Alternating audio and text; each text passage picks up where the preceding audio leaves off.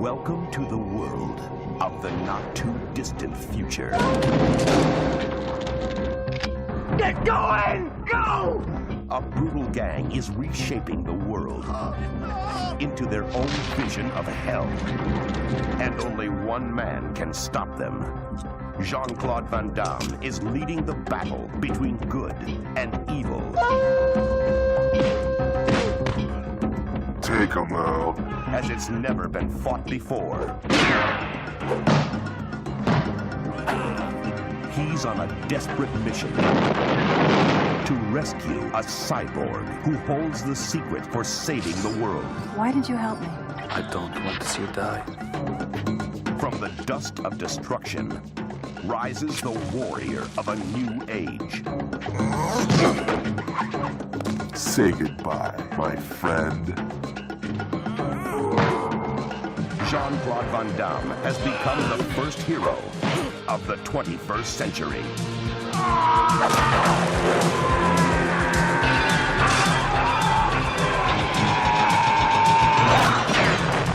Cyborg.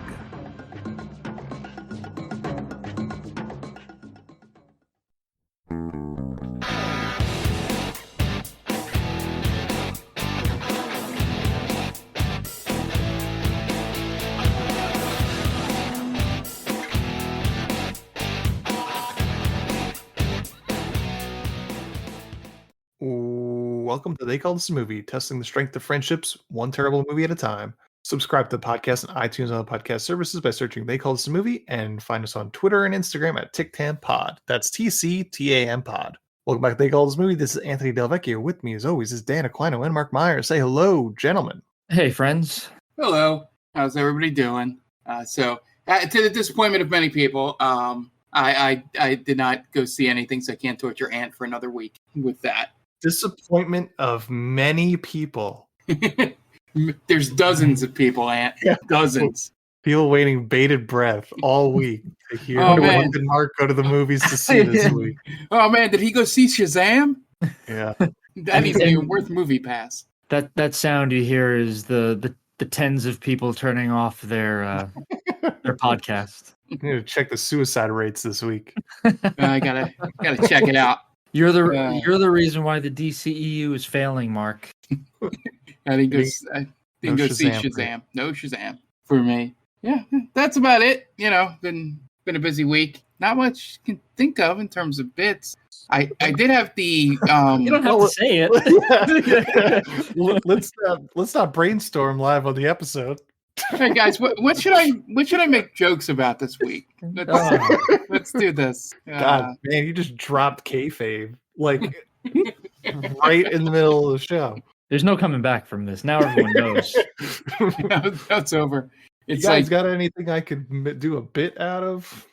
Yeah, it's like when that magician went on TV and showed everybody the tricks. That's what I just did. Yeah. That made me feel much better, Mark. Thank you. I was running on fumes, and then this pulled me from the fires. I knew I had to do something crazy to get Dan to get riled up for the rest of this episode. Yep. I like it. That's a good save. Well, seeing as how Mark doesn't have a bit, and we're just going to move on from it. Some would say I never have a bit. So Before we get into this week's episode, if you go onto the Twitter, it's time for our March Movie of the Month poll. So I think you got if you're listening to this and it launches on Friday, you probably got a day left to vote. But if you go to TicTam Pod on Twitter, check our tagged pinned tweet, and that will be the poll for the March Movie of the Month. And this month is, because it's going to be the 31st, when the last episode of this month airs. So we're doing April Fool's theme. So that theme is 3 comedies that have 20% or lower on Rotten Tomatoes. So we have 3 great movies to choose from. You got Joe Dirt, got A Night at the Roxbury, and The New Guy. So go on Twitter, vote if you still have time, and then that'll pick the movie that we watch on Friday, March 31st. And I am really hoping I win this one because I really want to watch Joe Dirt. I don't think there's a loser in any of those movies, honestly. No. They're all pretty good, like you said. No, they're all pretty. Like we're not gonna have a bad time with either of them. Well, we're gonna have a bad time with all three of them, but they'll make for a good episode. Some less than others, we'll say. Yes. Yes. All right. So this week, whose week was this? Was this Mark's pick? It's my pick. It was Mark's pick. Okay, so Mark, why don't you introduce this week's movie? Yeah, so this week's movie was Cyborg, Jean-Claude Van Damme movie. I basically picked it for two reasons originally. Albert Pyun, is that how you say his name? I always am terrible at pronouncing names when I don't hear them spoken. I would have guessed Pyun. Pyun, okay. Pyun. At the time when I picked this was around the time he passed. Known for a lot of these, type of canon action movies of a time period. Just seemed like a guy when he made the movies. Seemed like he just had a lot of fun making it and just wanted to make his movies. To a, some would say, better question mark skill than some others that have, popularized this, especially through the 80s. And then Neil Breen bringing it back in the 2000s. But yeah, he had passed away at the time I originally put this on the list. And when we were going to watch, it was a little bit closer to that time frame. But the second reason was because I heard that a lot of these costumes in this movie were leftovers from, they were going to shoot a Masters of the Universe sequel. So they had a good bit of costuming left over from pre-production on that. And so they just threw it into this movie, onto these characters. And I just wanted to see what they could do in a post-apocalyptic world. Again, seeing JCVD in a movie, especially one of his, earlier entries in the series. I thought it'd be a fun time for us. I will say the last fight scene saved everything for me. That was a ridiculous way to do this, but yeah. Essentially, I picked this to sort of get another canon film on here and just get some more action. But when it was originally aired, it was going to be too much like a movie that we did previously, so we spread it out a little bit for you guys. Yep. Interesting that you mentioned the Masters of the Universe thing, because I'm looking at the URL of this movie on Rotten Tomatoes, and it has rottentomatoes.com/m/Masters of the Universe 2 Cyborg is the URL to get to this on Rotten Tomatoes. Interesting. Yeah, it was one of the more interesting stories I've seen looking into this movie. Because now, you are a closet Jean-Claude Van Damme fan. Mm-hmm. Have you seen this before? I had not. I was made aware of it through an old Red Letter Media segment, and it was one of the few Jean-Claude Van Damme movies I had not seen, so I wanted to put it into my rotation until I get a full set. Got to catch them all, as they say. Sure. But yeah, I'm glad I did, because for the slowness of parts of this movie, as I mentioned, that final fight in the rain did make up for it, and is everything I love about these early Van Damme movies. All right. Well, Dan, where are you coming from with Cyborg? I'd never seen this movie. I had heard about it. It looked like a lot of fun from clips that I had seen. I'm still on the fence with this movie. I don't know if I really liked it or if it's like one of the worst things I've ever seen.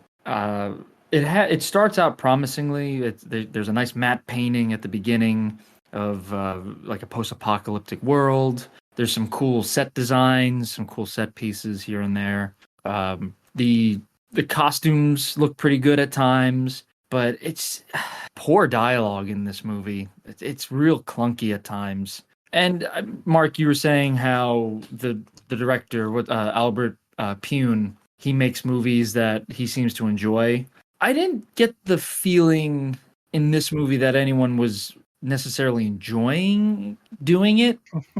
Like Jean-Claude Van Damme, I know I guess his character is supposed to be this way, but he's a very boring character, very boring main character. Yeah. You could just feel the chemistry radiating off the screen with he and Haley, and they're just robotic talking. Why do you want to go to Atlanta? Because I want to save the woman. But it's not your business. But I feel like I should. To be fair, I do not.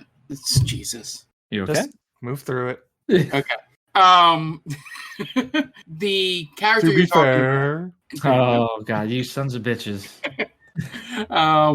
The character you're talking about, I don't even know her name. But Haley's the girl that's with Fender. Yeah. The blonde, not the one that he travels with. Nady is the name of the girl that he's with.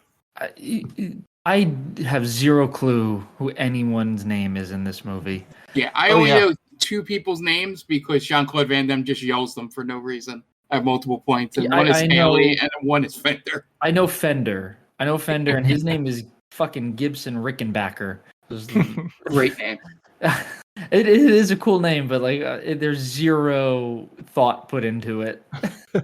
Someone just walked through a Guitar Center and started naming characters. Yeah, apparently. And, like, people just show up in this movie out of nowhere, and there's no explanation as to why they're there. We don't know anything about them. Like who is Nady? Who is Haley? Like we there's so many flashbacks at inappropriate times.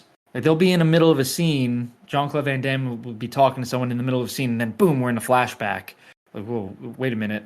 You didn't set that up, really. There was just a little line of dialogue, and now we're in a flashback. Usually a good movie there'll be a scene between the main character and the supporting character. They talk. There's a problem. Like, the main character is distant for some reason. Then we'll cut to another scene where that character's alone, thinking about why they're feeling a certain way, and that's the flashback. It creates a semblance of order, and it's not jarring. It's just harsh. It's a jumbled movie. Uh-oh. They're coming to get you, Mark. Yeah, they're coming to get me. You didn't have a bit, so that now the bit police are coming to get you. Bit police are coming for me. For all those suicides. Mark didn't have a bit. Good God. They're starting, Ant. So I think there was some interesting aspects here. Like, it's confusing because there's some decent like stop animation with the cyborg at one point, but then she wears rubber gloves to signify that she's a cyborg. So it's just like they really cut corners in certain areas. Yeah. Right. I don't know how to feel about it. Maybe you guys can help me get into it because I quickly lost focus on it. So sure. Yeah, I don't know. You guys help me out here. Sure. As for me, never saw Cyborg before. I feel like based on the character list, the cast list, we should have watched Cyborg 2 because that has Elias Koteas, Angelina Jolie, a very young Angelina Jolie, Jack Palance, Billy Drago, Secundus. Ooh. And that's about it. But yeah, it's not a huge part of the movie, but I find myself a little disappointed that Jean-Claude Van Damme wasn't the titular cyborg. That's confusing, no? Right? Yeah. And we don't spend a whole lot of time with the cyborg. No, Cyborg is barely in it. At one point, she's gone for so long in the movie that when they flash to her in the pirate ship, like, oh yeah, I forgot this movie's about a cyborg. Yeah. Yeah. She's a cyborg, but she's basically just a MacGuffin. Yeah. Because the plan and the plot is just irrelevant because she's supposedly carrying information about a cure to a plague that we barely have any evidence of it existing within the movie. We don't see her get implanted with the data. We don't see what happens after the fact that she's able to deliver this data means nothing. I would have liked somebody in this movie, whether it be Fender, Jean-Claude Van Damme, or Nady, just wind up being a secret cyborg. That's what I wanted to see. Yeah, why not? Right? That's far more interesting. Yeah. Otherwise, there were things I liked in this movie, and then there was the rest of the movie. And I don't know what the things that I liked about it were. The kicks, I suppose. There's a lot of kicks. This rivals vendetta for the amount of kicks in it. I love the fact that they got the Jean-Claude Van Damme split in there. It took too long to get in there, though. I thought, Yeah, right, like that's 45 fair. minutes into the movie. That's fair. Yeah. Yeah, it's kind of a western-y, like he's kind of playing that. I got flashes of Charles Bronson in Once Upon a Time in the West with his character. Okay. Because the flashback to when he first met Fender is very reminiscent of the scene when Charles Bronson's character first meets Henry Fonda's character. Okay. Very similar in terms of those circumstances. And I do love that you can tell they had to hit a certain runtime because they ran the same scenes 2 or 3 times. Yeah. Over here. That scene by the campfire where he's petting the one boy's head. Yeah. It happens twice. And the scene of the pirates watching them have sex, I think. Yeah, they watch them fuck. Or at least they watch them in the morning, post-coitus. I got excited because there's the scene where Jean-Claude Van Damme kind of confronts Fender in like a quarry, I guess. I don't know exactly what the set piece is. It's a rundown warehouse in a quarry. Do you know Something what I'm like talking that. about? Yeah. Okay. There's like 2 abandoned buildings in this movie, and they both look very similar. Yeah. It's so I thought, like, oh, this feels as if they're reaching their climax here. You know, he's gonna rescue the cyborg from Fender, and they'll go. Man, what a terrible name, Fender. My God. So he's gonna rescue the cyborg, and then that'll be the end. So I paused the movie, and there was 35 minutes into the movie that he fights Fender and his goons. Yeah. I watched this twice, and on the second rewatch, I was flabbergasted that that around that point I still had like 40 minutes left. I was like, I don't remember there being that much movie left. Oh, it was excruciating to find that out. Yeah. It just drags. It drags at that point. Yeah, he For a literally movie this long, for a movie that's only an hour and 20 minutes, it's kind of a drag. Yeah. He literally fights Fender from that point through the rest of the movie. Yes. Right. It's just like one constant strung out battle. Yeah. And parts of it don't make sense to me, really. So he pseudo rescues the cyborg, but then the cyborg says, "I'm not going to go with you. You're not strong enough." What sense does this make? Why would she rather be with the villain? It's not really explained, is it? She says that they have the means to kill Fender in Atlanta. So her mission is just to get to Atlanta, and then he'll be dealt with, essentially. Oh, what? Yeah. So it doesn't matter who she goes with. Well, Yeah. I mean, I guess if she thinks that maybe her mission is just to get to Atlanta, and she feels like the most direct way is with Fender, right? I guess. Yeah. But that's not a story beat that you usually hear of, right? You don't hear of the MacGuffin siding with the villain for their journey. Right. Yeah. Right? It's like what would be a good example? Like I don't I don't know. Like say, like, for instance, let's say in the recent Last of Us series, Ellie decides to go with a bunch of cannibals because they're going that way anyway. So might as well go with them instead of going with Joel, right? Right. So, where we're going, they have means to get rid of all the cannibals. But you might not make it. So, I don't know. You probably should be with someone who doesn't want to rule the world. Right. I think my take on what she's doing here is, I think obviously she wants to kill Fender, but she knows that Jean-Claude Van Damme's character can do it, but she'll need help in Atlanta, and says that if I go with you now, he'll just track us down and kill you before we get there, essentially. And then there's no way to kill him at that point. So why? I don't know. I'm just that's what I got out of the conversation with her. Okay. But it still means nothing. No. Yeah. Yeah. I got the impression that there was in the writing room, they kind of wrote themselves into a corner because they had it where Jean-Claude Van Damme immediately meets Pearl, the cyborg. They're like, all right, well, now we have to get them separated somehow.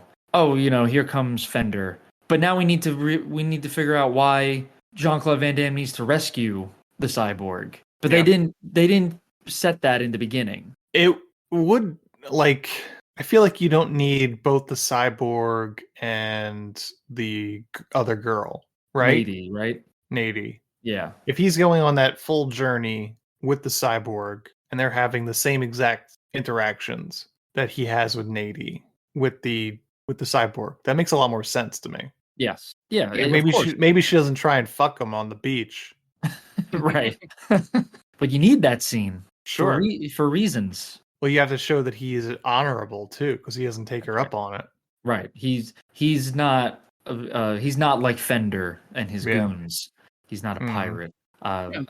Because the last time he did that, a whole group of pirates came and killed him and a Yeah. family he was with. The last time he had the sex. The last time he had the sex. Yep, that's what Only bad happens. things happen when I have sex. Like in the future, Dad would die in an airplane crash. Yeah, exactly.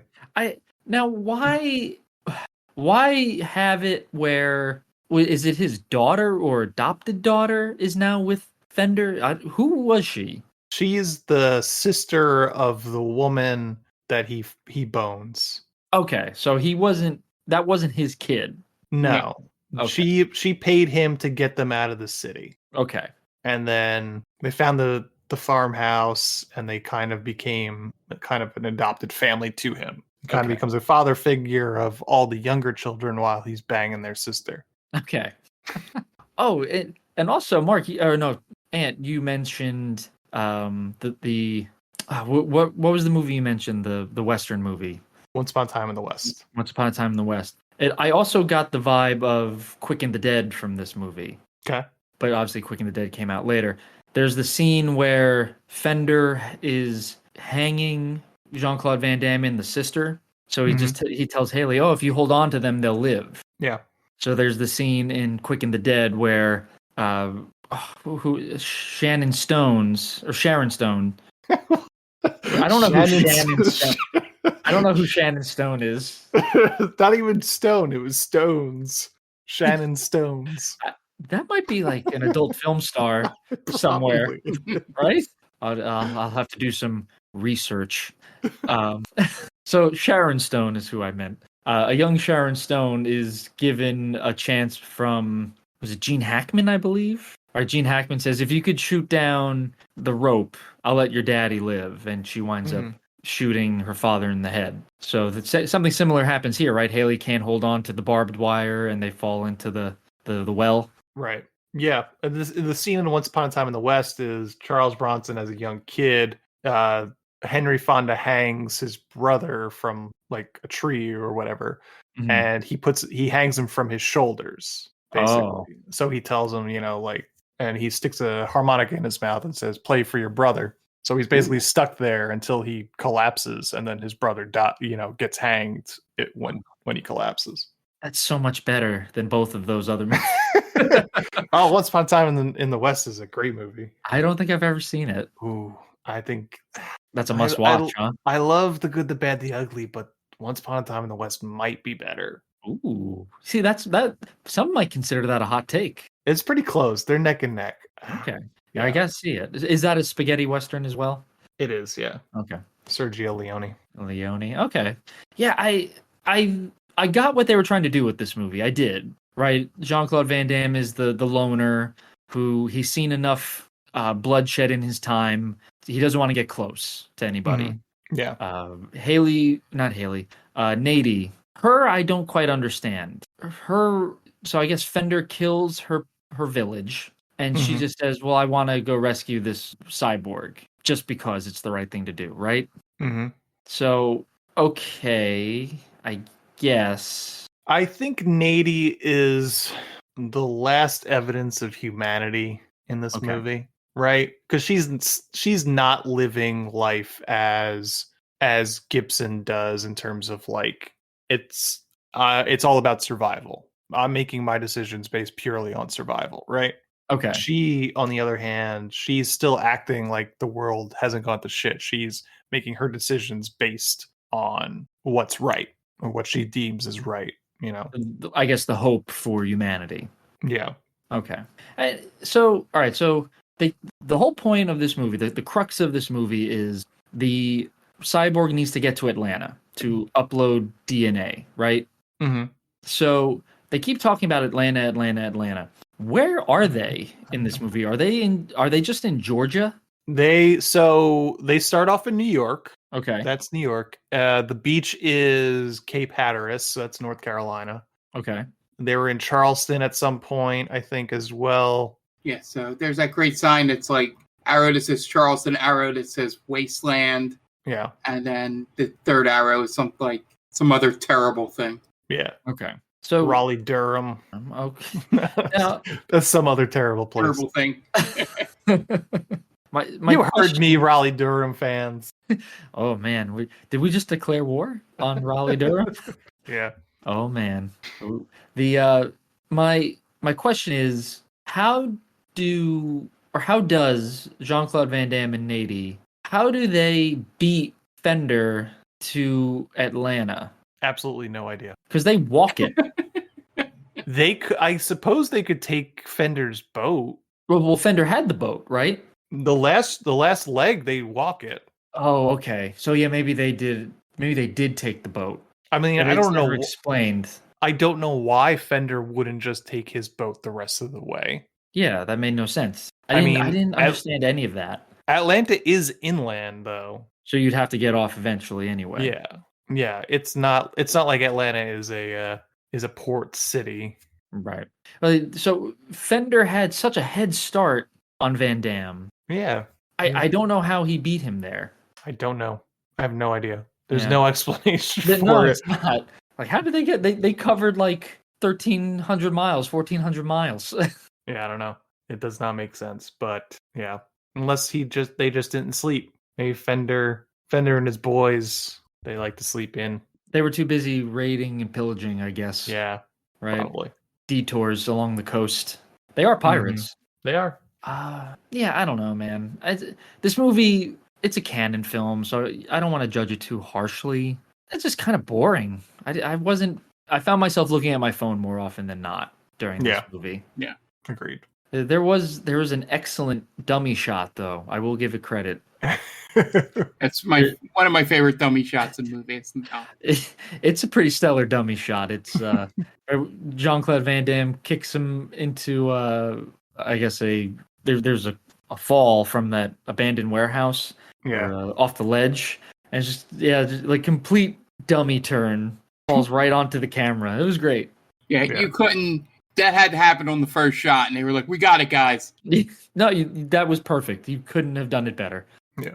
So, Cyborg from 1989, it's directed by Albert Pyun, director of Alien from L.A., the Captain America Roger Corman movie, Kickboxer 2, The Road Back, Doll Man, 4 Nemesis movies, Vicious Lips, among many, many other movies. Stars Jean-Claude Van Damme, Deborah Richter, Vincent Klin, Alex Daniels, Dale Haddon, Ralph Moeller, Terry Batson, Haley Peterson, and Jackson Rock Pinkney.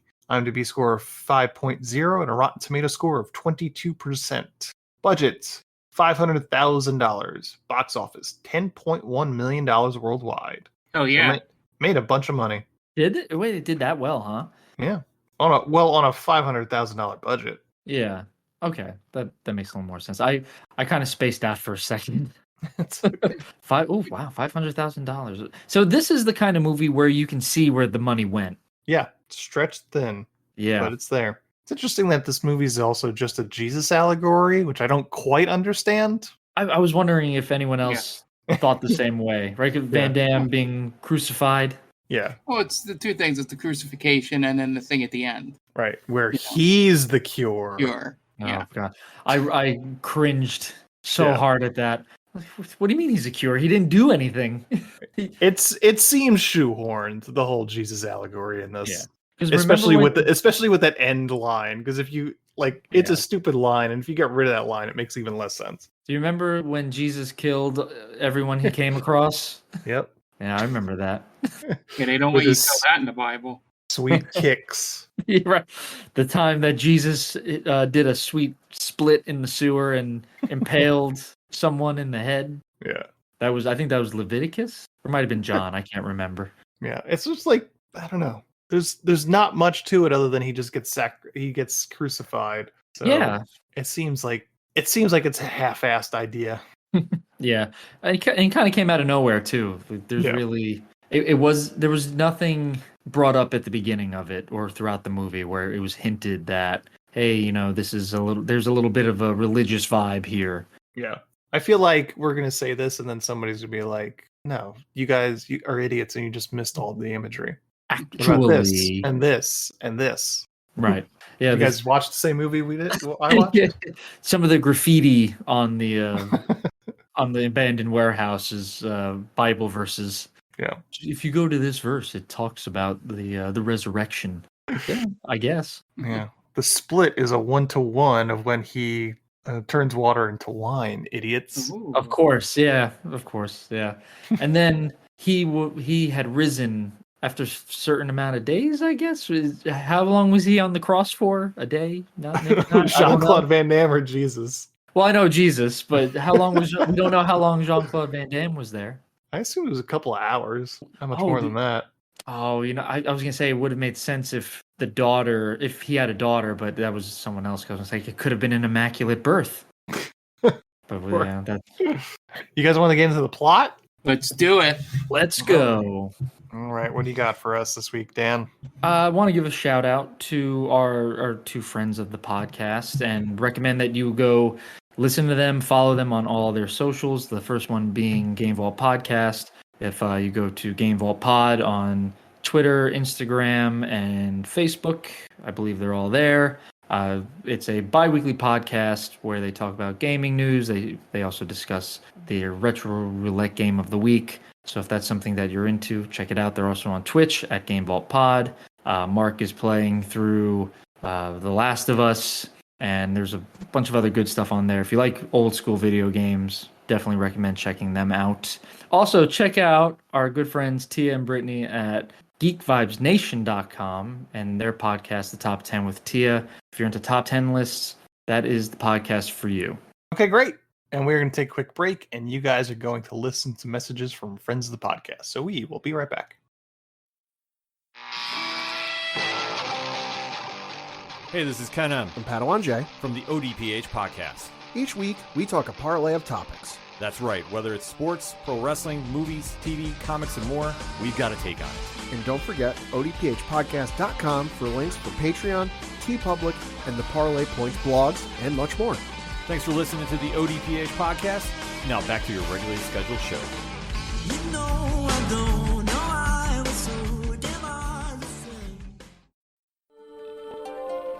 Welcome, travelers. Seems like you're looking for a story.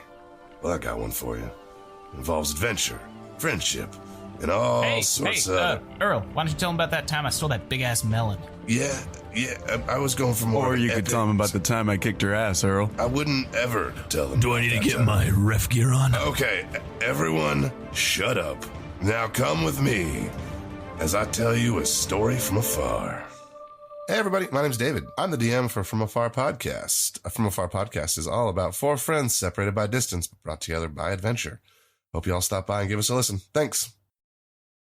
And welcome back. Now it's time to get into the plot for Cyborg. We open on a voiceover discussing the impending future, talking about the collapse of civilization, which led to starvation, and then finally the plague. And our VO must be a villain because he likes death and misery quite a bit. It's very interesting getting a voiceover from the villain. Once again, Abraxas had one, and now this movie had one. Yeah, I was going to say, I can't imagine there being too many movies out there, but we covered two of them. Mm-hmm. Yeah, it just has an opening. And that's it. He doesn't get a voiceover for the rest of the movie, right? Nope, nobody does. Yeah, very odd, but interesting choice. Yeah, I guess it was just a way for them to kind of just set the scene. Like, here's what we got. This is what we're dealing with. And yeah, and it opens up with, again, like, it has a cool matte painting in the back, right? It's the destroyed bridge. Yeah. I guess that was what the George Washington, if they were in New York. Yeah, I don't remember what the bridge actually looked like. Oh, you know what I just realized? Towards the end of the movie, I'm sorry, I'll make it quick, but towards the end of the movie, the guy who's escorting the cyborg, he's like, "Oh, don't worry, I'll get you to New York, from New York to Atlanta, no problem." Does he fucking die in New York? Yeah. He doesn't even make it out of any of the boroughs. No, so he gets So he comes from Atlanta. He gets her to Atlanta. He gets her from Atlanta to New York to So then he has to load get up her. the data. Okay. Yeah. And then he dies in New York. Yeah. So that scene where he says, I'll get you from New York and back with, safely. Oh, okay. That's in Gotcha. Atlanta. Gotcha. Okay. So I was gonna say, man, you are terrible at your job. It doesn't even make it out of Manhattan. No. Yeah, and I wish, going back to Abraxas, I wish this movie did one thing Abraxas did, which is over-explain some things. Because as we talked about before, there are just things they mention, and we see the plague at one point, but that's like it. It's just bad. Plague bad. That's all we know. Right. I don't know if I needed more explanation, but I needed more of the world that they decided to build, right? Okay. Because that's it. Because that's it. The plague, we see one person suffer from the plague, right? In an encampment that they stumble upon. That's it. So the rest of it is just they're just stomping through the woods most of the time. Like Abraxas. Yeah, so many bad movies just wind up just coming down to stomping through the woods. It's cheap. It's free to shoot in the woods. Yeah. It's you stretch that budget, right? Yeah. We then cut to New York City in the future, and it's dilapidated and post-apocalyptic, like Escape from New York. Some guy tries to usher a woman named Pearl out of the city. That's our friend Marshall Stratt. Tells her to try and get to the Bronx to find a slinger. She runs and he hangs back to hold off those that are pursuing them. A big brawny dude, a guy with a metal pole, and a woman. They beat the shit out of the guy until another guy with a ponytail rose up with the crew. Guy on the ground tells the guy to let the girl go so she can get to Atlanta in order to give them the info for the cure for the plague. But this big dude who's donning some sick sunglasses says he likes the world the way it is. Tell me that wide shot of Fender and his crew rolling up. Tell me that didn't give you like a reminiscent of that Kiss video, Lick It Up. Sure. Right? Like them just rolling up hard, looking at the camera, like they're about to fuck shit up. Like this could have been an 80s hair metal band, like the cover for their new album. Pretty much. Yeah. Definitely some big hair going on in this crew. Oh yeah. So it's glam rock for sure. Yeah. He then takes off his sunglasses to show off some icy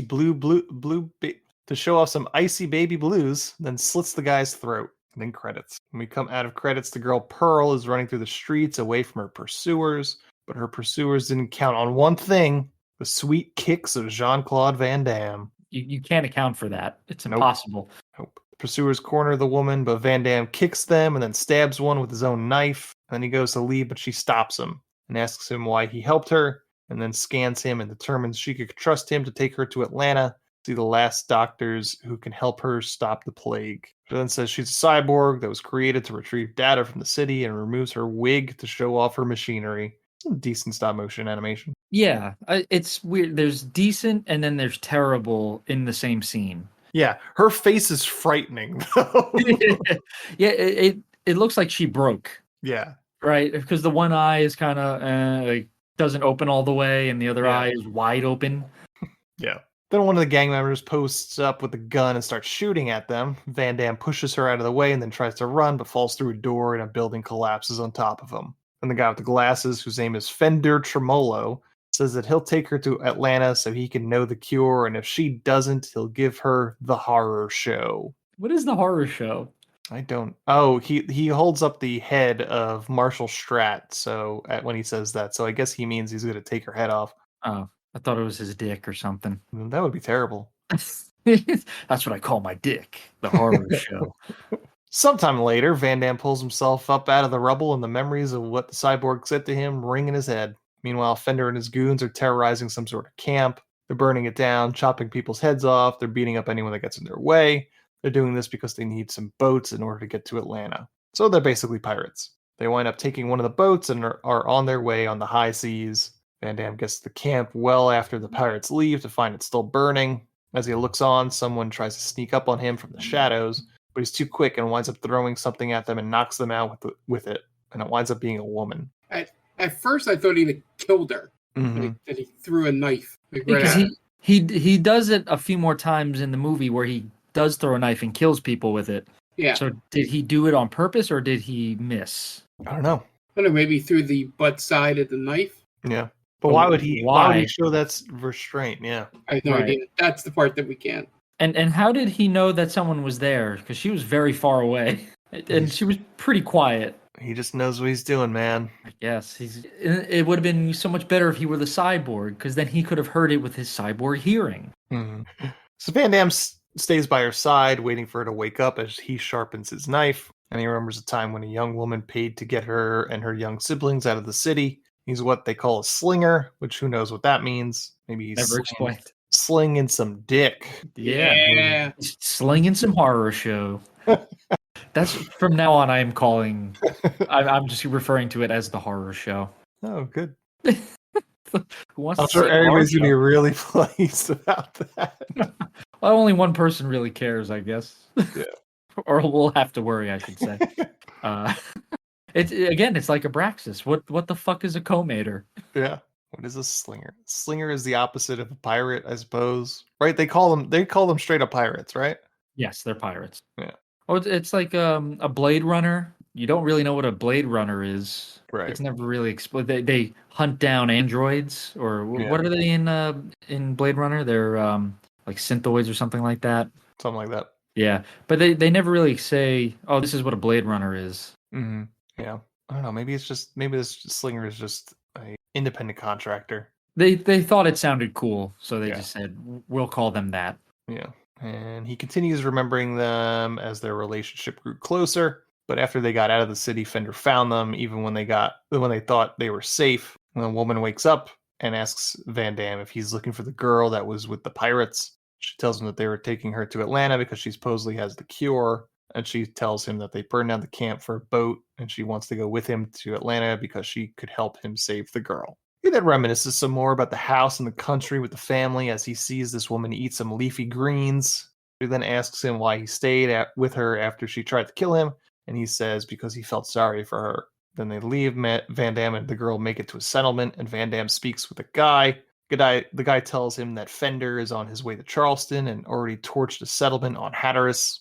Then says he heard that Van Damme was retiring to live out in the country. All my notes just call him Van Damme, by the way. Yeah. That same thing.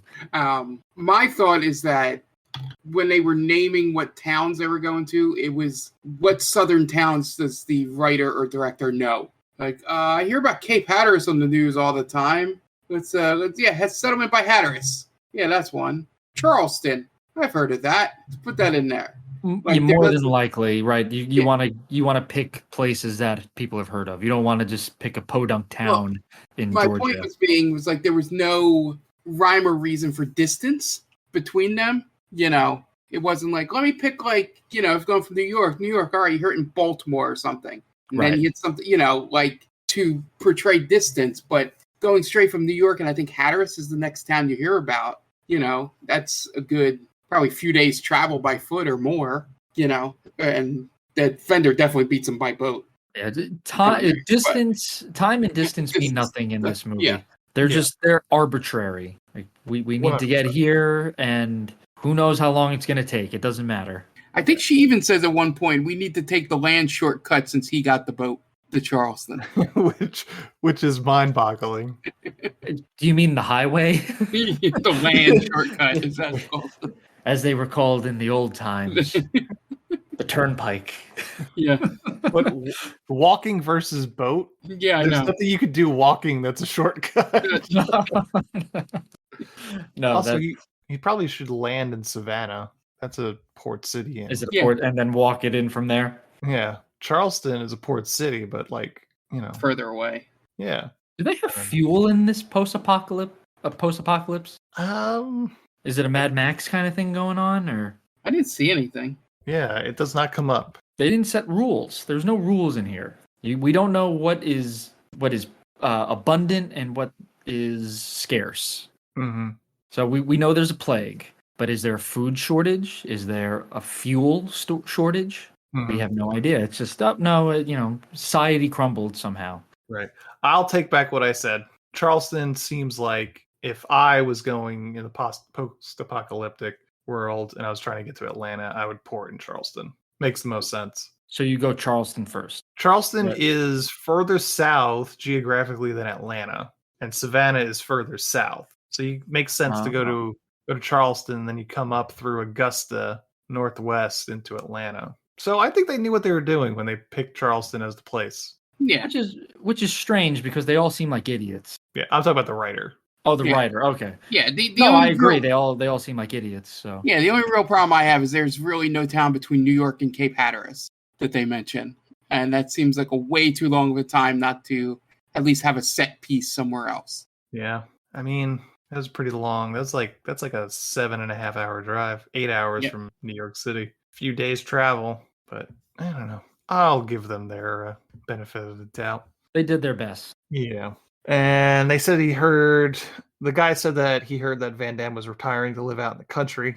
So Van Damme reminisces some more about the girl and time at the country house and how he was ready to give it all up for her. Van Damme says that he was foolish to try and live a dream. After he's done talking with the guy, Van Damme and the girl watches some sort of medicine person attends to a woman with the plague. This is their only evidence that the plague exists in the movie. Van Damme then beats up a soldier that steals a ball from a little kid. Meanwhile, Fender and his crew are heading south on the boat, with his men just stroking their knives together in close quarters, real sexual-like. This was the gayest scene in the movie. Everybody's just brandishing their knives together in this sweaty It's hole in the ship. essentially right. It's essentially a dick measuring contest there. They're has a knife. they're essentially jerking off, right? They've been Right. on the They're water live. for a long time. You know, Yeah. they got to release some energy some way. They're gonna Well, have to clear the chamber at some point. Well, there's a woman in one scene who looks like she's just been like she's seen some shit. Mm-hmm. Right? She's just staring. She's got that 1,000-yard stare. Yeah, So, yeah, I can't imagine she's had a good time on that pirate ship. I can't imagine. Van Damme and the girl make it to the wasteland on the road to Charleston. And on the road, they hear someone approaching. So Van Damme goes into the woods to head them off as the girl goes into some sort of abandoned building after Van Damme just up and abandons her on the road. Van Damme manages to kill one guy, but a team of other dudes follow the girl into the building and quickly surround her. Then Van Damme comes with a big-ass gun and kills one guy that makes quick work of the others with some sweet kicks and some punches too. The girl holds her own, punching a dude in the dick and then punching down what appears to be an old elevator shaft. After all the bandits are killed, Van Damme loots one of the bodies and then they're on their way. They move on and make it to the beach just as the sun starts to set. Van Damme says that this is where Fender's boat will pass through, so the girl says they'll camp here, then immediately gets naked and runs into the water. They make a fire after they both go for a swim, and the girl tries to get some information out of Van Damme, specifically what Fender did to him. And then Jean-Claude Van Damme takes the longest dip in the ocean because she goes in, it's daytime. When he exits the water, it's now nighttime.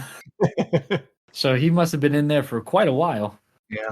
Van Damme continues to have flashbacks of the family in distress, and Van Damme refuses to tell her anything, saying he doesn't want to get too close to her because he doesn't want her to die. So she thinks he's going to leave her in the morning, so she offers to have sex with him, but he rebuffs her and then thinks back to the time when he had sex with the other woman from his past, and Fender and his men apparently watch from the window. But it's all a bad dream, and Van Damme wakes up in a shirtless cold sweat. In the morning, the girl wakes up to find Van Damme still there, looking out on the beach with binoculars. And he says he sees Fender's boat. So, yeah, again, time doesn't matter. I was going to make a comment like, how the hell did they beat Fender's boat? No, they couldn't have. Matter. They walk through a wormhole. That's what we'll say. Yeah. The entire trip. That's it. Yeah. Because then they do it once they get to Atlanta, too. Or on almost to Atlanta. I need to know more about these time wormholes that exist in this time, in this. Well, that's when they take the sewer, there must have been some like bending of space time and like the fabric. Right. Yeah, that sewer went all the way from Hatteras to Charleston. Exactly. All of the sewers are just connected. You didn't know that? Yep. On the boat, Pearl, aka Cyborg, reminisces about the time when she was given the mission of carrying the information. And we see her go under some sort of procedure to download the data, and then she leaves Atlanta with the guy that got killed in the beginning. Fender shows up to tell her that they'll be docking in the morning and then touches her face all creepily. In the morning, Van Damme makes it to where Fender docked his boat, but there's no one there. So he goes looking for them and finds a bunch of his goons not far from the boat in an abandoned building that looks just like the other one that they just passed. So Van Damme starts skulking around a catwalk. Meanwhile, the girl comes across Fender. Van Damme and one of the goons with a sword face off on the catwalk, blade against blade. Van Damme's kicks against the other guy's terrible wig. But then a guy that's also prone to kicking sneaks up behind Van Damme and kicks him over the railing. He grabs a hold of a pipe, but then has to shake it loose and swing down when the guy throws a knife at him. That guy became very annoying very quickly. That henchman, right? Because he's the one who kept doing the war cry. Yeah. Anytime he was in a scene, you just heard him yell, like, "Oh my god!" It gave me a headache. Mm-hmm. The third act of this movie is a lot of yelling. Yeah. Oh my gosh. Primal screams from everybody. Yeah. What I gotta say, I did like that they showed Van Damme getting his ass beat in this movie. Like, he wasn't like some kind of superhero.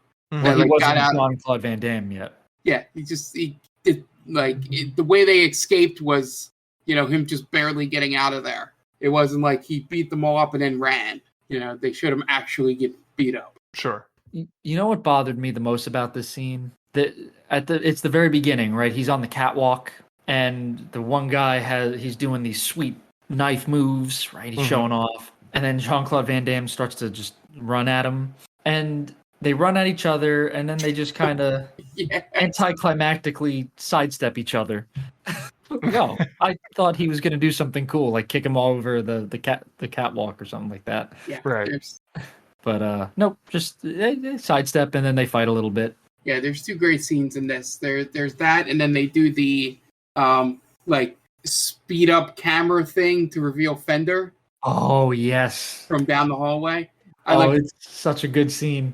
I like to call it, that's used way too much in professional wrestling nowadays.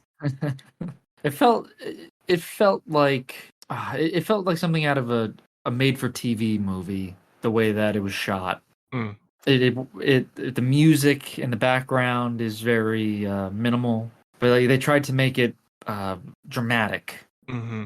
But it came across as just very silly. Yeah. On the ground, Van Damme then takes on a few guys with his sweet kicks. And then Fender shows up with the girl Van Damme was with, knocked out at his feet. And then Fender shows up with the girl and shoots Van Damme in the shoulder. Then the goons start to close in on Van Damme, and then he sees a girl that's wearing a necklace, which causes a flashback to the girl that he helped get out of the city all those years ago. And appears to be the same girl, now older and seemingly attached to Fender in some sort of sexual way, I presume. I assume Fender's fucking her. Oh, you think so? Oh, yeah. Oh, interesting. I wouldn't be surprised, but I thought maybe she was just one of the pirates at this point, maybe just doing her own thing. Mm-hmm. While everyone is distracted by Van Damme's memory, Van Damme throws a knife that he had stashed in his boot and makes a break for it. The goons scatter across the building to try and find him, so everyone stomps around this industrial building for a while, Van Damme hiding. The goons then put the cyborg under watch and bring her over to the girl, who's been knocked out and still on the floor. But Van Damme manages to kill those two that are watching her and goes to pick up the girl and tells Pearl to come with him. But she says that he's not strong enough to kill Fender, but if she stays with Fender and he brings her to Atlanta, they'll have the ability to kill him. And then the goons start to close in on him, so Van Damme runs with the girl over his shoulders and Pearl hangs back. Goons chase after him, but Van Damme ducks into a manhole cover and into the sewer, but they are hot on his trail. One of them with a bad perm is right behind him. But Van Damme sets the girl down in the shadows, then goes and pursues the guy following him. And he uses his amazing split skills to hide in plain sight right above the guy until he's below him and stabs him from above. Finally, the girl comes to, and they climb out of the sewers together as the other goons are still in pursuit. They run as the goons continue after them. Van Damme hangs back to knife fight with one guy in the swamp as the girl continues to run. She's pursued by a woman goon. She winds up chopping the girl goon's hand off and stabs her in the gut, killing her, but she gets knocked out in the process. Van Damme continues to fight his pursuer, but then a few more catch up with him, and he trades kicks and stabs and winds up breaking one guy's neck. Eventually, though, there's just too many of them, and he gets subdued by a crowd surround him. And then Fender shows up, and it's a one-on-one fight between the two of them. And it's not much of a fight, as Fender just beats the shit out of Van Damme, as has not much left in the tank. And with enough punches, Fender subdues Van Damme and then knocks him out with a headbutt. The much underused headbutt in action movies. You know what I was thinking? You know who could play Fender if they ever did a remake of Cyborg? What? Michael Shannon. Okay. I feel like Michael Shannon would be a good Fender. Because he was such a good What's his name from Man of Steel? No, it's just he's batshit crazy, and Fender was crazy. I could just see it. When Van Damme wakes up, he's now crucified to the mast of a beached sailboat. Nice and Jesus-like. Fender and the goons leave him up there to die and walk away. Haley, the girl with the necklace, though, stares on a little longer. When they leave, Van Damme has all his memories come back to him, falling in love with the girl, becoming a father to the kids, deciding to retire from being a slinger, fucking, and then to the time when he first met Fender, and him and his goons tortured him and his adopted family, and forced Haley to hold the barbed wire, holding the rest of the family above a well, till she couldn't hold it anymore, and then let them all fall. That day, Van Damme climbed out of the well and vowed his revenge by shouting Fender's name. And then back on the cross, Van Damme roars a bunch and then super kicks the cross in two and crash lands on the ground. And the girl who he was with comes out of nowhere and cuts the ropes, keeping him tied to the cross. How did he literally kicked the crossover, right? Mm-hmm. From his vantage. How is that possible? And they should have tied his legs too. His most dangerous weapons. Yeah, they just got lazy. Mm-hmm. They ran out of rope. Also probably possible. Well, I remember he was kicking it, and it was he was chopping the wood with his foot. Yeah. That can't be possible, right? I mean, none of us kick like Van Damme, so who knows? Yeah, I get. Yeah, maybe it's like the Kill Bill, right? When they bury the bride. Yeah. She just punches her way out of the box, the coffin. So maybe that's what it was. His kicks are just so powerful that he could cut through solid wood. Yeah, maybe he's been up there maybe he was there for 6 hours doing it. We should have seen the time lapse. Meanwhile, Fender and his crew are on foot on the way to Atlanta, but somehow by nightfall, Van Damme and the girl manage to catch up to Fender and his crew and threaten a last stand. So Van Damme sets to take each of them on one by one in the rain, because the girl kills one guy and then tries to run off with the cyborg, with one of the female goons pursuing her and fighting her. After managing to blow up a dude somehow, Van Damme is then face to face with Fender, both in shirtless, damp glory. They then proceed to grunt and scream at each other as they fight. They make guttural sounds for a while, and then Fender starts to get the upper hand on Van Damme and tosses him into an abandoned car. Haley screams, begging for Fender to stop, so Fender then sets his sights on her, getting ready to stab her. Van Damme kicks him in the back through the window, and the other girl comes in and tries to attack Fender, but she gets stabbed. And then Van Damme fights him some more and winds up stabbing Fender, who falls down in a puddle. Van Damme and Haley come together, but then Fender gets up again and they start to fight it all over again. Eventually they wind up in a house and they fight until Van Damme kicks Fender into a meat hook, and he dies for real this time. The girl whose name I never learned dies.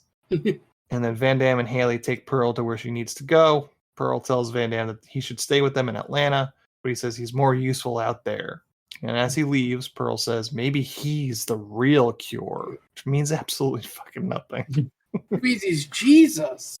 Maybe the cure was the friends we made along the way. Exactly. There you go, Dan.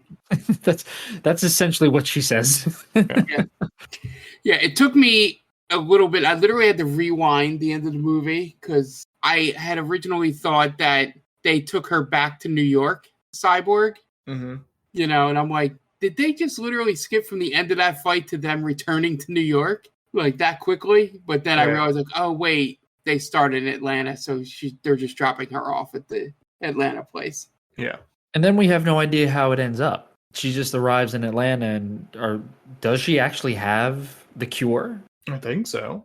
We're not meant to assume anything else. I guess it would just be nice to like, oh, you know, they download it. Just a little scene at the end where they have her hooked up to a computer or something, and like, oh yeah, there it is. We got it. You know. Mm-hmm. And well, I think she kind of makes a hint, sort of, at that. I'd have to. No, I'm not actually going to do this, but I would have to rewatch that scene again. And I think she said something like, basically, she gave what she had to the doctors, and now it's like up to them, right, to sort of make the cure, so they don't know if they have it yet, or even just a cutscene.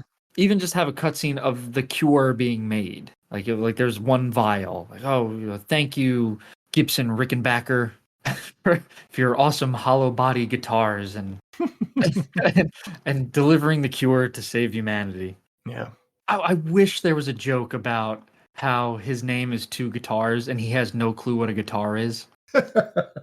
like every time he comes across like Nady, like, oh, what's your name? Gibson, Rickenbacker. Like, oh, the guitars. What's a guitar? Really? You don't know, do you? You really don't know what a guitar is? No, I have never heard of what a guitar is. Oh, that would have been so great. Definitely not my favorite Jean-Claude Van Damme movie. It's definitely No Time Cop. Nope. It's early Van Damme. Yeah. There's some good things in it, but overall, it's just kind of boring. Do you think he insisted on doing a split in this movie? You know, I wonder if it's his decision usually. He's got to be like, oh, there's got to be a kick. There's got to be a split somewhere. Yeah. I assume so, right? Yeah, if he's telling Albert Pyun, like, hey, listen, you have me kicking. I could do these kicks. Look at me do a split. Can we figure this out? Can we put something in there? You know? Right. So they probably just work it in somehow and to appease him. Because if you can do it, why not have it in there? Mm-hmm. This was the last official theatrical release for Canon Film. Wow, 1989. I thought they would have had. Oh, you know what? I was thinking of when did Fantastic Four come out? Was that canon? No, that was Roger Corman. Oh, okay. I got it mixed up. Because that was 1991, 1990, I think. I'm not exactly sure. Yeah. I'm pretty sure it was a 90s movie, but I could be wrong. But regardless, it wasn't a canon film, so right.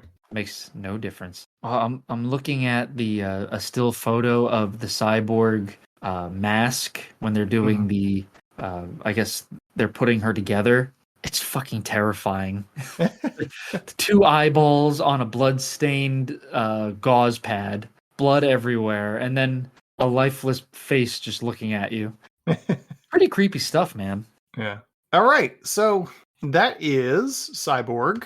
And we are going to take a quick break, but we do have one more segment left. But you guys are going to listen to some ads so we can pay those bills before we get into that. So we will be right back.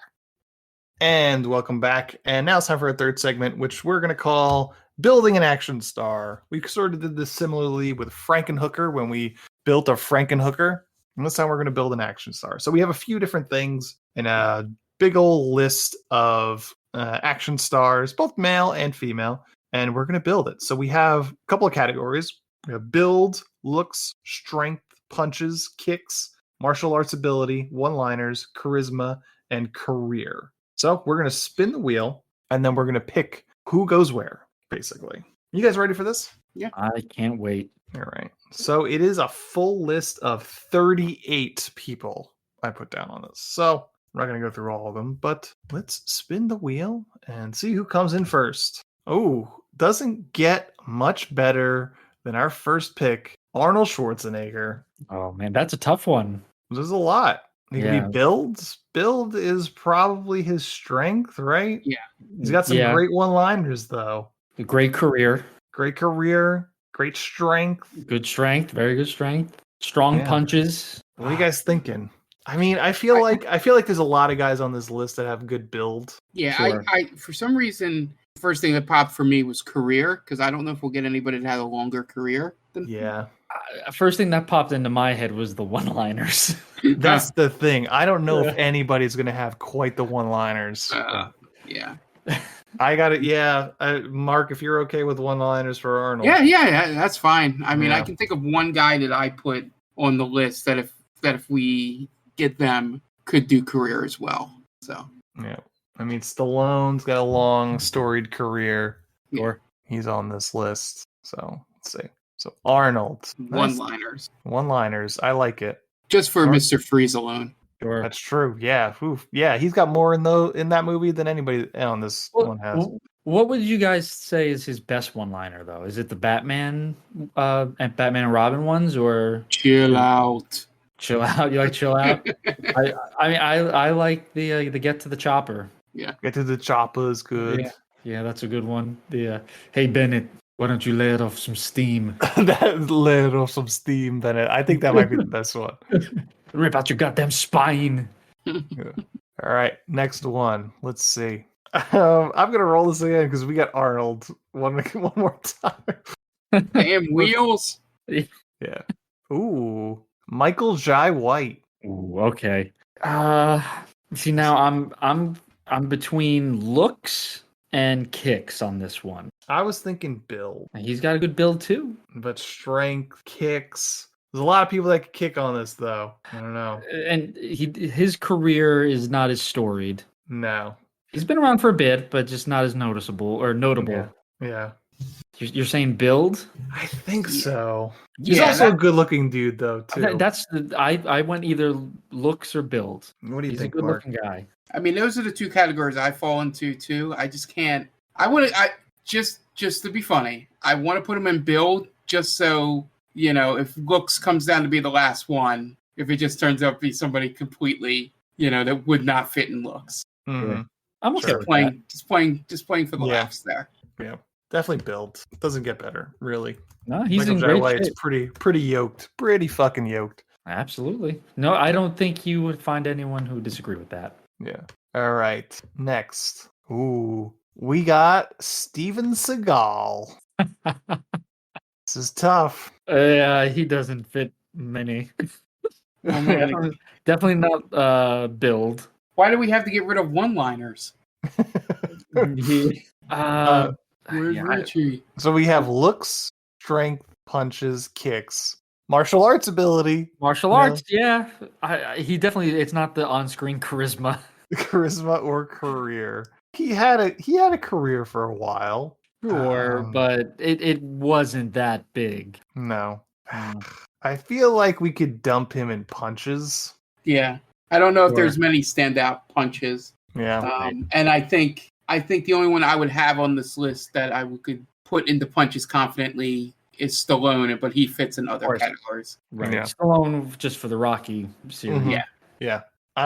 Let's say Steven Seagal punches. Okay. And you know what? I'm going to add a new category too at the bottom: comedic chops. There we go. That's good. Yeah, you got to have some good comedic timing to be an action hero. All right, and let's see who we get next. Ooh, we've got Dolph Lundgren. He might be punches. Oh, we already did punches. We already did punches. We just did punches. We got looks, strength, kicks, martial arts ability, charisma, and career comedic chops. It's got to be strength, right? Yeah. At that point, steroids or no steroids, though. That's the big one. I mean, prime, so steroids. Yeah, steroids, right? Yeah. Yeah. All right, next one. Let's see. Ooh, interesting. We've got John Cena.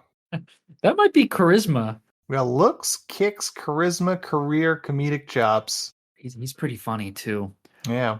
Mark, I default to Mark on this. Yeah, so I feel he falls into three categories. Depending on what you want to call career, he has a pretty good career. If we want to include professional wrestling in that. Sure. The charisma, obviously, from that same professional wrestling career, and a lot of his movies, lean on that. But if we added comedic ability, I think just his scenes in that Amy Schumer movie would again, that's straight comedy. Mm-hmm. But he tends to lean towards a little bit more, like even in Suicide Squad, like his action characters tend to lean more towards comedy action. Yeah, he's very funny in Peacemaker. Yeah. Than straight action. So I think comedic ability, knowing that he's on this list, I think he fits perfectly into that category, in my opinion. I'm down with it. I'm okay with that. Yeah. Got that one right off the board real quick. So now what we have left? We have kicks, career. We have looks, kicks, charisma, career, martial arts ability. Yeah, there's only one guy that I put on this list that I thought comedic. I did throw Jackie Chan into the mix. So, but he fits elsewhere. So. Yes, he does. Fits in kicks, martial arts ability. Martial arts, yeah. Probably say career too. Yeah, definitely. All right. We got to land on him first, though. Yep. Ooh, it's interesting. So we have our first woman. Oh, okay. And I don't know if she fits in anywhere. It's Zoe Bell. Zoe Bell. Yeah, that's a tough one. I don't think she's particularly charismatic. She's had a pretty good career as a stunt woman. Do we want to count that? I don't know. I think there's better careers. We always pick looks. We have a female. I thought we did build for Michael Jai White, right? Yeah. We have a female look on a Michael Jai White body. I don't think that's gonna work. It'd be hilarious though. And my plan has come to fruition. Looks, kicks, martial arts ability, charisma, or career. Yeah, she's not known for her kicking, so No. yeah, Or look her seems to be martial the arts only one that ability. fits. Yeah. All right, this is gonna be weird. Okay. All right, let's see who we get next. Ooh, I think there is only one place for this, and it's Tony Jaa. It's gotta be martial arts ability. Yeah, Yeah. makes sense. Mm-hmm. That one was definitely the easy possibly the easiest one, right? Yeah. Yeah, I think it was unanimous. Yeah. All right. Who's next? So we got kicks, charisma. Oh, we're back to John Cena. We'll roll again. Yeah. Roll again. So we need kicks and Kicks. charisma. Kicks, charisma, career. The three Okay. C's. Don't think about it too hard, kids. Yeah. Oh, Daniel Craig. Charisma. Charisma. Yeah. Not bad for career, but Yeah, that was to a little behind the curtain. That's the reason that I put a bunch of Bonds in here was just for the charisma section. sure. And even as well, it's not an action movie, but he has a lot of charisma as Benoit Blanc. That's true. Yeah. All right. Two left. Kicks or charisma? Who's it going to be? Kicks Not or charisma. Kicks or career? Well, speaking of Bonds, we've got Sean Connery. Career. It's got to be career. Yeah. It's career, yeah. Not bad. Pretty good one for career. Yeah. All right. So, All right. Whose kicks are we getting? yeah. Hopefully it's a good one. Let's see. Oh, well, we have Tony Jaa already. Yep. It's going to be like Bruce Willis or someone. It's sort of like Bruce Willis. It's Liam Neeson. Yeah. Terrible kicks. So we lack our movies. Our action hero lacks kicking, but So that's we're the okay. opposite of the girl from Vendetta. Yes. Yeah. And Jean-Claude Van Damme. Yeah, it's like kicks and punches, not our strong suit. But Yeah. martial arts ability, though, off Pretty the good. charts. Great build. Yeah, great build. So we have build Michael Jai White. Yeah. Perfect. Looks Zoe Bell. It's a female Michael Jai White. Yes. Strength Dolph Lundgren. Can't go. That's pretty good. That's good. Yeah. Punches Steven Seagal. You know what? He says that he can disarm people with his fingertips, basically. So, who am I to say no? Forgot Kicks, about kicks Liam Neeson. He's always running and taking, so maybe his legs are pretty strong. that. I Martial- believe a lot to be desired. Martial arts ability, Tony Jaa. Can't Perfect. go wrong with that. One-liners, Arnold. Perfect. Nobody on this list compares to that, so we made the right choice there. Yeah. Yeah. Charisma, Daniel Craig. Good. Yeah. I mean, there's probably more charismatic people on this on the wheel. wheel itself, but you really can't go wrong with that. Yeah. I'm okay with that choice. Yeah. I mean, Sean Connery also would have been good for charisma too. Sure. Sean Connery we have for career, but that's pretty great too. Got a long James Bond stint. We got a Hitchcock movie in there. There's Last Crusade, The Rock, Extraordinary Gentleman. League of Extraordinary Gentlemen, the movie where Catherine Zeta-Jones' ass is around all those wires or What is lasers. that? Entrapment. Entrapment. There you go. And the comedic chops, we have John Cena. Which is good. Very It good. was a pretty solid action star, aside from the kicks and the punches. Yeah, like, think of it. You're getting the one-liners of Schwarzenegger with the comedic timing of John Cena. That's Yeah. pretty good. Pretty Yeah. good. And so essentially, we're just all show with the martial arts ability. Yeah. Yeah. I don't know. So I guess so, yeah. We just do a bunch of flips and motions, and then when we go to make contact, it's like, They'll definitely need a firearm. Our Yeah. action hero. Yeah. Well, maybe he'll grapple some. Yeah. There you go, because got some strength. Or maybe it'll be like Kurt Russell in Big Trouble Little China, where he's very charismatic. He's got good comedic timing, and he's a good-looking guy, obviously, but just couldn't do anything else in that movie. Yeah. I That's like good. that. I'm okay with that. I'm okay with this what are we gonna name him? What guitar wasn't named in Les Paul. yeah. Our action star Les Paul. Oh, you know what? Let's roll it 2 more times. We'll roll Sure. for a first name, roll for a last name. I like it. All right. So first name is Nicholas for Nicolas Cage. Or it could be, if it's a woman, Nikki. Nikki, yeah. And, so good. Last name, Nikki Yao for Michelle Yao. That's not bad. Yeah. Rolls off the tongue. Rolls right off the tongue. Nikki Yao, our female Michael Jai White. What we have to find a movie for them to star in now. Maybe in the next Expendables John 8. Wick. Yeah, Expendables 8. All right. The next John Wick movie. Yeah. All right. That's our episode on Cyborg.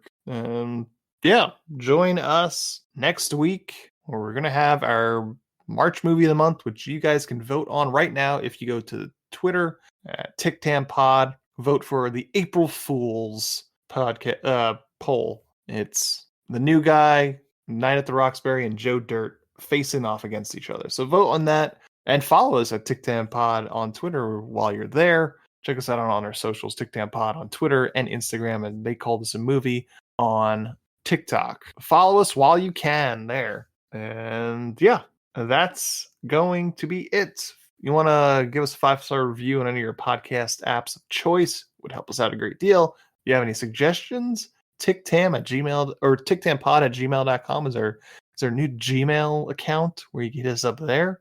Well, that's all the places you get a hold of us. And do it, because we'd love to hear from you. All right. The director of Cyborg is Albert Pyun. So for Dan Aquino and Mark Myers, this is Anthony DeVecchio telling Albert Pyun, well, you certainly made a movie, didn't you? Thanks for listening to They Call This a Movie. Subscribe to us wherever you get your podcasts, and be sure to check us out on Twitter and Instagram at TickTamPod. That's TCTAM Pod. You can also check us out on TikTok at They Call This a Movie.